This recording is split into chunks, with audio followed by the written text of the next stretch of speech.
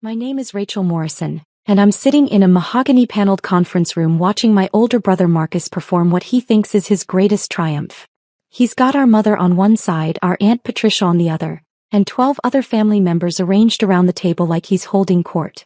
He's wearing a custom suit that cost more than most people's monthly salary, and his wife Vanessa keeps touching his arm like he's already royalty. I'm in the corner chair, the one near the door, where I've always been placed at family gatherings. If you've ever been the family scapegoat while watching the golden child take credit for everything, hit that like button and subscribe right now. You're not going to want to miss what happened next. 4 years ago, when Grandpa Thomas was diagnosed with stage 3 lung cancer, everything changed in our family. Not because we rallied together. That would have required us to actually function like a healthy family. No, everything changed because suddenly there was an estate worth fighting over. 10 rental properties scattered across 3 counties. Commercial buildings with long-term corporate leases. A portfolio that generated $45,000 in monthly rental income, clockwork regular, for the past 32 years. Marcus saw dollar signs. I saw Grandpa slowly dying and pretending everything was fine. Our family had always worked a certain way. Marcus was the responsible one, the successful one, the one Mom bragged about at church. He had the finance degree from state, the corporate job, the beautiful wife, the right opinions about everything. I was the artsy one. The impractical one. The one who'd dropped out of business school to pursue photography. The disappointment. Mom introduced me at family events as Rachel, who's still figuring things out, even when I was 32 years old. Marcus made it crystal clear how things would go. When Grandpa passes, he told me over coffee 2 weeks after the diagnosis, someone's going to need to manage the estate properly. Someone with actual business experience. Grandpa's not even gone yet, I said. I'm being realistic. You're being emotional. This is why you'll never succeed at anything, Rachel. I didn't argue. I learned years ago that arguing with Marcus was like arguing with a brick wall, except the brick wall eventually stopped talking. Instead, I visited Grandpa 3 times a week, then 5 times a week, then basically every day as the cancer progressed. We'd sit in his small house, the one property he'd kept for himself, refusing to rent it out, and he'd tell me stories about building his empire. Started with 1 duplex in 1973, he'd say, his voice getting weaker each month. Your grandma and I, we scraped together the down payment. I did all the repairs myself. Learned plumbing from a library book, if you can believe it. I believe it, I said, adjusting his oxygen cannula. You never did anything halfway. Marcus came by yesterday, Grandpa said one afternoon in March, 6 months after diagnosis. Spent 40 minutes talking about property management software and tax optimization strategies. That sounds like Marcus. Didn't ask me how I was feeling. Didn't ask about the treatments. Grandpa's eyes, still sharp despite everything, fixed on me. You know what he did ask? What? If I'd updated my will recently. I felt something cold settle in my stomach. Grandpa. I'm not a fool, Rachel. I see exactly what's happening. He reached for my hand, his grip surprisingly strong. You know why I never taught Marcus about the properties? Why I never brought him into the business? Because he never asked? Because he doesn't care about the properties. He cares about the money they generate. There's a difference. Grandpa paused to catch his breath. You, on the other hand. You asked me about Mrs. Chin in 4B when her husband died. You remembered that the Johnsons in the commercial building were celebrating 20 years. You see people, not dollar signs. I just pay attention. Exactly. Grandpa squeezed my hand. I need to show you something. That's when everything changed. Grandpa walked me through, had me will him through, every single property. 10 buildings, 42 rental units, 3 commercial spaces.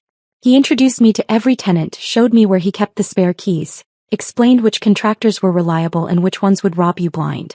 This furnace is original to 1987, he'd say. Needs replacing next year, probably 15,000. This roof's got another 5 years if we're lucky. Mrs. Rodriguez in 2A, she's never late on rent, but her daughter's going through a divorce. Might need some grace in a few months. I took notes. Hundreds of pages of notes. I photographed everything, learned the systems, memorized the details. Marcus never knew. Nobody knew. They thought I was just visiting my dying grandfather, being the emotional, impractical one who couldn't face reality. Rachel, Grandpa said one night for months before he died. I'm going to do something and I need you to trust me. Of course. The properties. I'm transferring them. All of them. My heart stopped. To Marcus. To you. I couldn't breathe. Grandpa, I can't. The family will. The family will do exactly what they're already doing.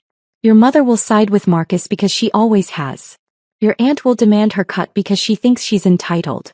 And Marcus will threaten lawyers and throw tantrums. Grandpa's expression was calm, resolute. But the properties will be yours. Legally, completely, irrevocably yours. Why? Because you're the only one who'll do right by them. The only one who sees them as homes for people, not just income streams. He pulled out a folder thick with documents. My lawyer's been working on this for 2 months. Everything's ready. We just need your signature. I signed. My hands were shaking so badly I could barely hold the pen, but I signed. The transfers went through quietly. Grandpa's lawyer, Mitchell Chin, was a master of discretion. Property records were updated, deeds were filed, everything was done properly and legally. The monthly rent, all $45,000 of it, started depositing into an LLC account in my name. And I didn't tell anyone. Not because I was hiding it exactly. Because I was protecting it. And because, honestly, I wanted to see what would happen. I wanted to see if my family would love me without thinking I was the broke, irresponsible failure. Spoiler alert, they didn't. Grandpa died on a Tuesday in November. Peaceful at home with me holding his hand. His last words were, "You're going to be just fine, kiddo. Better than fine." The funeral was a circus. Marcus gave a eulogy about Grandpa's business acumen and legacy. Mom cried dramatically. Aunt Patricia complained about the flower arrangements. I sat in the back and said nothing. Drop a comment and let me know where you're watching from tonight. 3 days after the funeral, Marcus called the family meeting. Estate matters need to be settled, he announced. We're meeting at Mitchell Chen's office next Thursday. Everyone needs to be there. I showed up in jeans and a sweater. Marcus was in his power suit. Mom wore her funeral pearls. Aunt Patricia brought her husband Gerald, who immediately started talking about how he'd always helped Grandpa with business advice. That was a lie. Gerald was a dentist who'd never managed anything more complex than his own practice. Mitchell Chen's conference room was designed to intimidate. Floor-to-ceiling windows, leather chairs, law books lining the walls. Mitchell himself was 73, sharp as a tack, and had known Grandpa for 40 years. Marcus didn't wait for Mitchell to start the meeting. He stood up like he was chairing a board meeting, pulled out a leather portfolio and smiled at everyone. "I want to thank you all for coming," he said, like he'd organized this instead of just demanding everyone show up. "Grandpa Thomas left behind a significant estate, and it's important we handle this properly." "Marcus," Mitchell said quietly, "perhaps we should." "I've spent the last 3 days reviewing the properties," Marcus continued, ignoring him completely. 10 buildings, 42 units, stable cash flow. Grandpa built something remarkable, and it's our responsibility to honor that legacy. Mom nodded approvingly. Aunt Patricia whispered something to Gerald. I sat perfectly still. "Now, I know Grandpa never officially named an executor," Marcus said, which was interesting because Mitchell's expression said that wasn't true at all. "But I think we can all agree that this estate needs professional management. Someone with actual business experience." "Marcus has always been so responsible," Mom chimed in. "Ever since he was a boy." "I've already spoken with several property management firms," Marcus continued. "And I've had my accountant run preliminary numbers on tax optimization strategies. Conservative estimates put the annual net income around $400,000, assuming we raise rents to market rate and cut unnecessary maintenance costs." I watched him.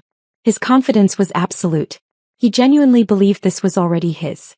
"Now, obviously, there will be distributions to family members," Marcus said generously. "Mom, Aunt Patricia, even Rachel will receive something. But the responsible thing, the thing Grandpa would have wanted, is for the properties to be managed by someone who won't run them into the ground." Vanessa, his wife, actually started a slow clap. I'm not kidding. She started clapping like he'd just delivered the Gettysburg Address. "So here's what I'm proposing," Marcus said, pulling out a document. "I'll take ownership of the portfolio.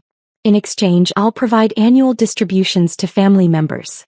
Mom gets $20,000 a year. Aunt Patricia gets 15. Rachel gets 10, assuming she demonstrates financial responsibility. 10,000. From an estate generating 45,000 monthly."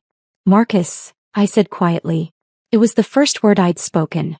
He looked at me like he'd forgotten I was there. Rachel, I know this seems complicated, but trust me. This is what's best for everyone. I'm sure you believe that. I've already had my lawyer draft the paperwork, Marcus said, sliding the document toward Mitchell. It's all very straightforward. We can probably have everything finalized by next week. Mitchell didn't touch the document. He was looking at me.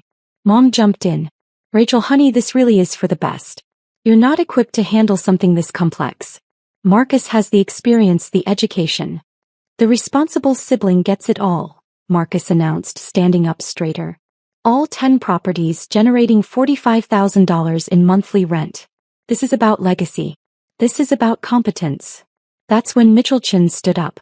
Interesting, he said, his voice carrying that particular tone lawyers use when they're about to destroy someone's world. Because the deeds were transferred 4 years ago. The room went silent.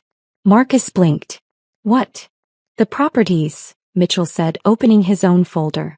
They were transferred out of Thomas Morrison's name in March 2021. All 10 buildings, all 42 units, all 3 commercial spaces. Mom's face went pale. That's not possible. Dad wouldn't. I handled the transfers myself, Mitchell continued. All properly filed with the county recorder's office. All legal, all documented. Marcus was shaking his head. No, that's not, I would have known. I've been managing the maintenance, I've been filing the expense reports. That's actually another interesting point, Mitchell said. Those maintenance receipts you filed with the estate? The ones claiming you've been managing the properties and spending your own money on repairs. Hit that subscribe button if you've ever had to set boundaries with toxic family, because what happened next changed everything. Marcus had gone very still. What about them? They're fraudulent. Mitchell pulled out another folder, this one much thicker. Every single receipt, every invoice, every claim of expenditure, all fabricated. And we can prove it. That's ridiculous, Marcus said, but his voice had changed. The confidence was cracking. I have documentation. You have fabricated documentation, Mitchell corrected. For example, this receipt claiming you spent $12,000 on a new HVAC system for the property on Maple Street. The actual HVAC company has no record of that work. Because it never happened. I must have used a different. Or this one. $8,000 for roof repairs on the commercial building downtown. Except the roofing company you supposedly used went out of business in 2019. 2 years before this receipt is dated. Aunt Patricia stood up. Mitchell, surely there's some misunderstanding. There's no misunderstanding. Over the past 4 years, Marcus has filed approximately $173,000 in fraudulent maintenance claims against the estate. Mom actually gasped. Marcus, tell him that's not true. But Marcus wasn't looking at Mom. He was looking at me. And I saw the exact moment he realized. He breathed. He knew. You've known the whole time. I met his eyes. I didn't know about the fake receipts. That's a nice touch though. Really creative. The properties are yours? Vanessa said, her voice climbing. Since when?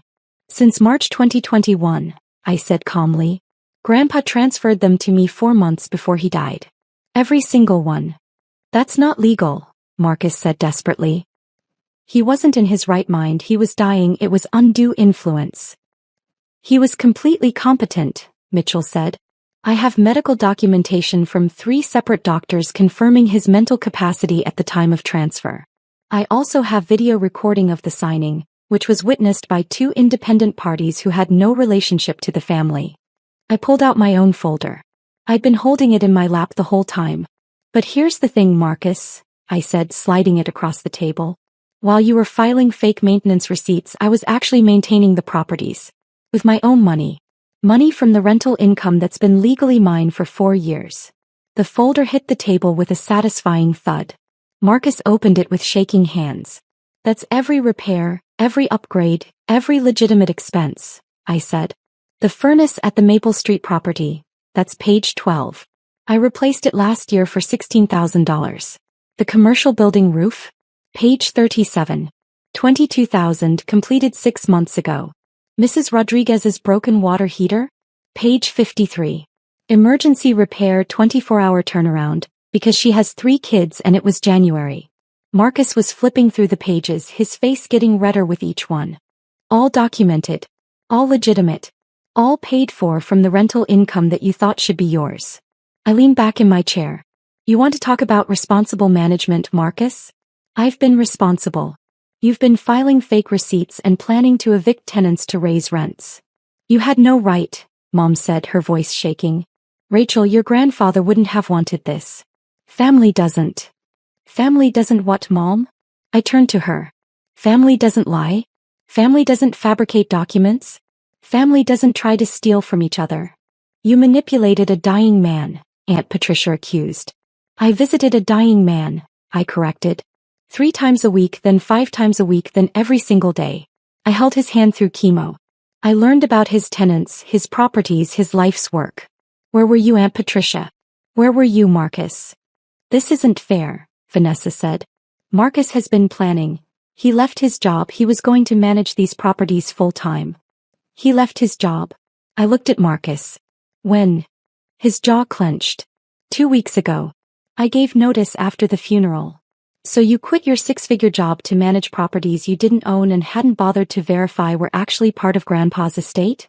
I shook my head. That's not business acumen, Marcus. That's stupidity. You smug little, Marcus started.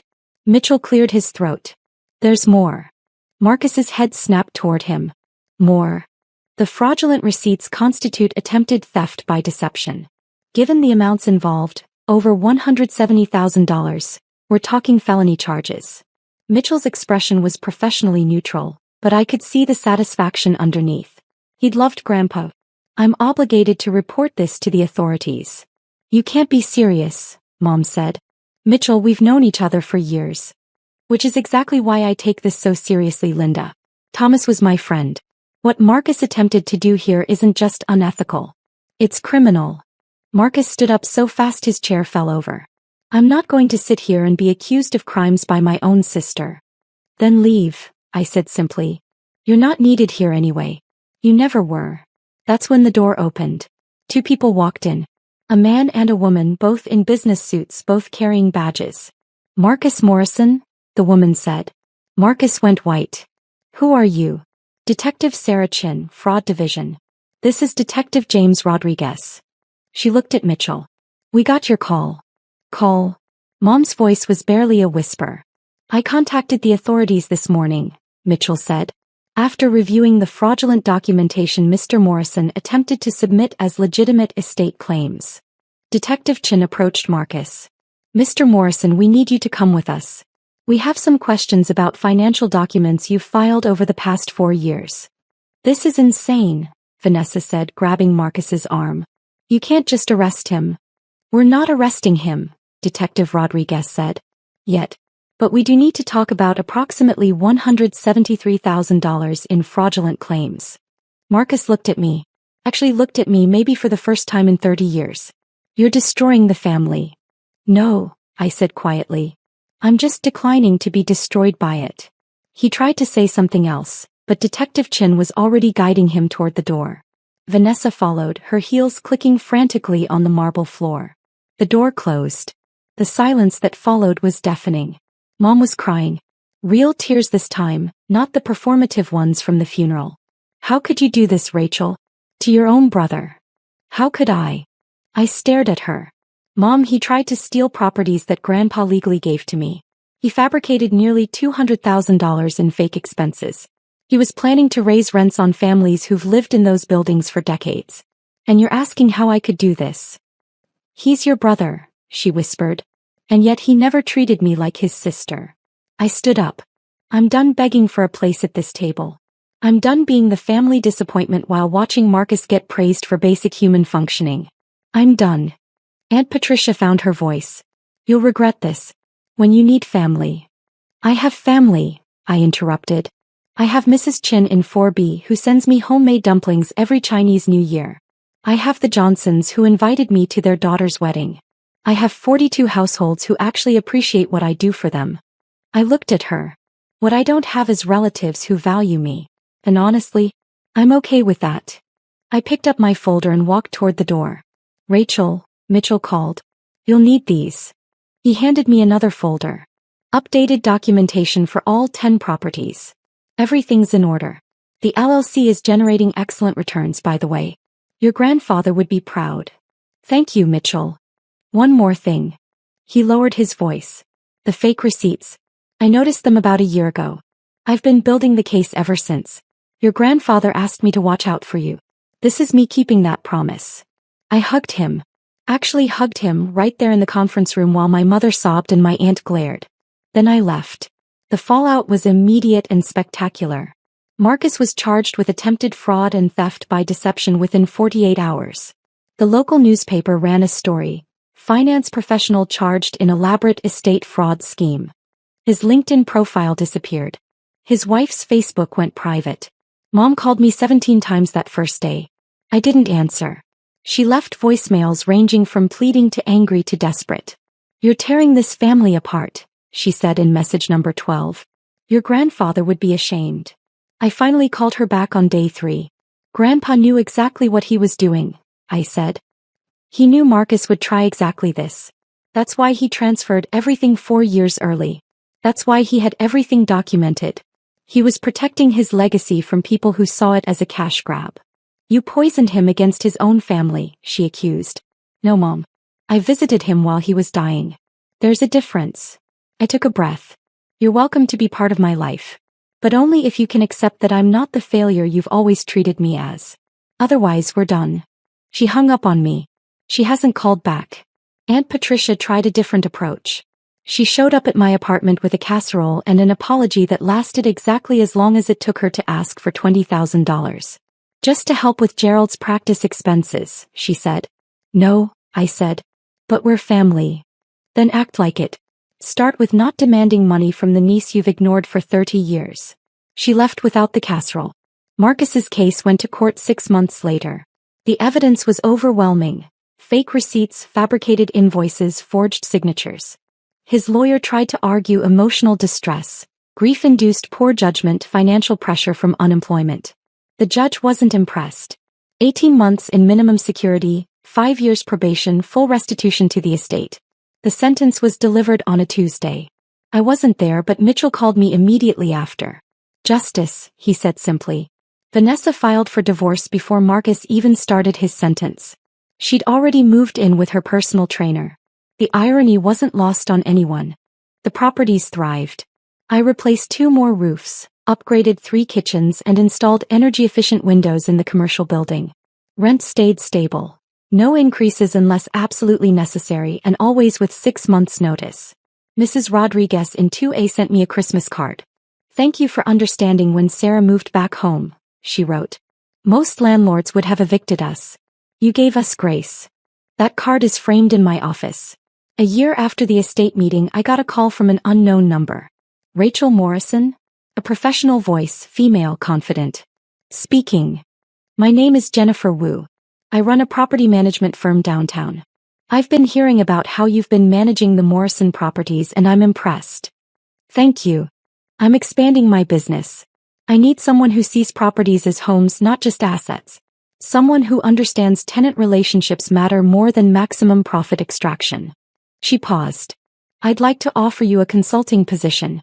20 properties to start, $60,000 retainer, profit sharing on renovations you oversee. I took the job. 2 years after that, I bought 3 more properties. Fixed them up, rented them to families who needed a break, managed them the way Grandpa taught me. The business grew. The consulting expanded. Last month, Jennifer offered me a full partnership in her firm. You've changed how we operate, she said. Tenant retention is up 40%. Referrals are through the roof. You were right. Treating people like people instead of income streams actually makes better business sense. If you've ever had to walk away to save yourself, tell me your story in the comments. What would you have done? 3 years after the estate meeting, I was having coffee at the property on Maple Street. I'd converted the ground floor unit into a community room for tenants. When someone knocked on the window, it was Mom. She looked older. Tired. She was carrying a single shopping bag and wearing a coat I recognized from 5 years ago. I unlocked the door. I don't want money, she said immediately. Okay. Marcus gets out in 6 months. Parole hearing next week. I know. She looked around the community room. New paint, comfortable furniture, a bulletin board covered in tenant announcements and kids' artwork. This is nice. The tenants like it. Mrs. Chin teaches Tai Chi here on Sundays. The Johnson kids do homework here after school. Mom sat down without being invited. I was wrong. I waited. About Marcus. About you. About everything. Her hands twisted in her lap. I thought success looked like his finance degree and corporate job. I didn't see that you were building something real. Something that actually helps people. Why are you here, Mom? Because I miss my daughter. Not the daughter I wanted you to be. The daughter you actually are. She looked up. I know I don't deserve forgiveness. I know I enabled Marcus, dismissed you, treated you like you were less. I can't change that. But I'm asking anyway. I sat down across from her. What happened to standing by Marcus no matter what? I visited him in prison last month. Do you know what he said? She laughed bitterly. He blamed me. Said I pressured him, created unrealistic expectations, made him feel like he had to be perfect. Blamed everyone but himself. Sounds like Marcus. It does, doesn't it? Mom wiped her eyes. I spent 3 years defending him, alienating everyone, insisting you were the problem. And he blamed me the first chance he got. What do you want from me, Mom? Nothing. Everything. A chance to know my daughter. To apologize properly, not just with words but with time and effort and actually showing up. She met my eyes. I know that might not be possible. I know I burned that bridge. But I had to try. I thought about Grandpa. About his lessons on grace and boundaries. About Mrs. Rodriguez and second chances. Tuesday mornings, I said. Coffee here 9 a.m. We talk.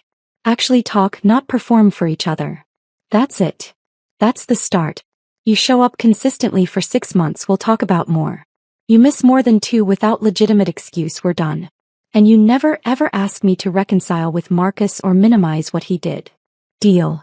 She started crying again. Thank you, Rachel. Thank you for showing up. She did. Every Tuesday for 6 months, then a year, then 2 years. We rebuilt something. Not what we had. That was broken from the start. Something new. Something honest. Marcus got out of prison and immediately tried to contact me through social media.